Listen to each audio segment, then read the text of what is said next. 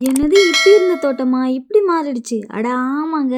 கொஞ்ச நாள் முன்னாடி பார்த்தீங்கன்னா, அதிகமா மழை பெஞ்சனால கனகாம்பரம் செடியெல்லாம் நெறைய செத்து போச்சுங்க. அதுக்கப்புறமா பார்த்தீங்கன்னா, அந்த செடியெல்லாம் இந்த மாரி மாத்திருக்காங்க. அது எப்படின்னு நான் உங்களுக்கு சொல்றேன்.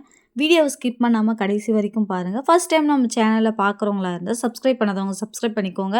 அப்படியே பக்கத்துல இருக்க பெல் ஐக்கனும் கிளிக் பண்ணிக்கோங்க.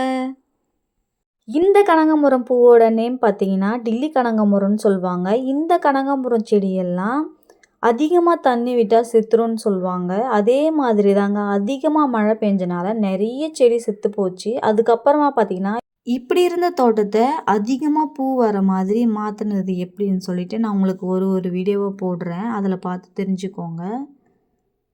இந்த கனகாம்பரம் செடிய வச்சு கிட்டத்தட்ட ஒரு 3 வருஷம் மேல தாங்க ஆகுது. ஒரு 5, 6 வருஷம் கனகாம்பரம் பூ வரும்னு சொன்னாங்க. ஆனா தண்ணி அதிகமா விட்டா பார்த்தீங்கன்னா, சீக்கிரமாவே செத்துரும்னு சொன்னாங்க.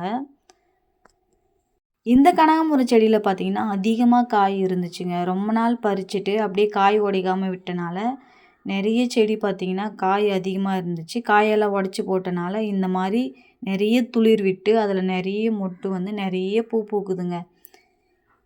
அப்படி இருந்த தோட்டத்த இப்படி எப்படி மாத்தணும்னு சொல்லிட்டு ஒரு வீடியோவா நான் போடுறேன். அதில பார்த்து தெரிஞ்சுக்கோங்க. கனகாம்பரம் பூனாலே இந்த டில்லி கனகாம்பரம் பூ தாங்க செம்மையா விக்கும். அதுக்கப்புறமா பார்த்தீங்கன்னா, சூப்பரா இருக்குங்க. நாட்டு கனகாம்பரம் பூவ விட இந்த கனகாம்பரம் செடிய வச்சு பாருங்க, கொத்து கொத்தா பூ பூக்குங்க. பார்க்கவே ரொம்பவே அழகா இருக்கும். எங்க பக்கம் எல்லாமே இந்த கனகாம்பரம் செடிய தான் வச்சிருக்காங்க. உங்களுக்கும் கனகாம்பரம் தோட்டம் வைக்கணும்னு சொல்லிட்டு ஆசை இருந்துச்சுன்னா, கண்டிப்பா இந்த டில்லி கனகாம்பரம் செடிய வாங்கி வைங்க. கொத்து கொத்தா பூ பூக்குங்க. இந்த பூவெல்லாம் பறிச்சு நாங்க மார்க்கெட்டுக்கு அனுப்புவோம்.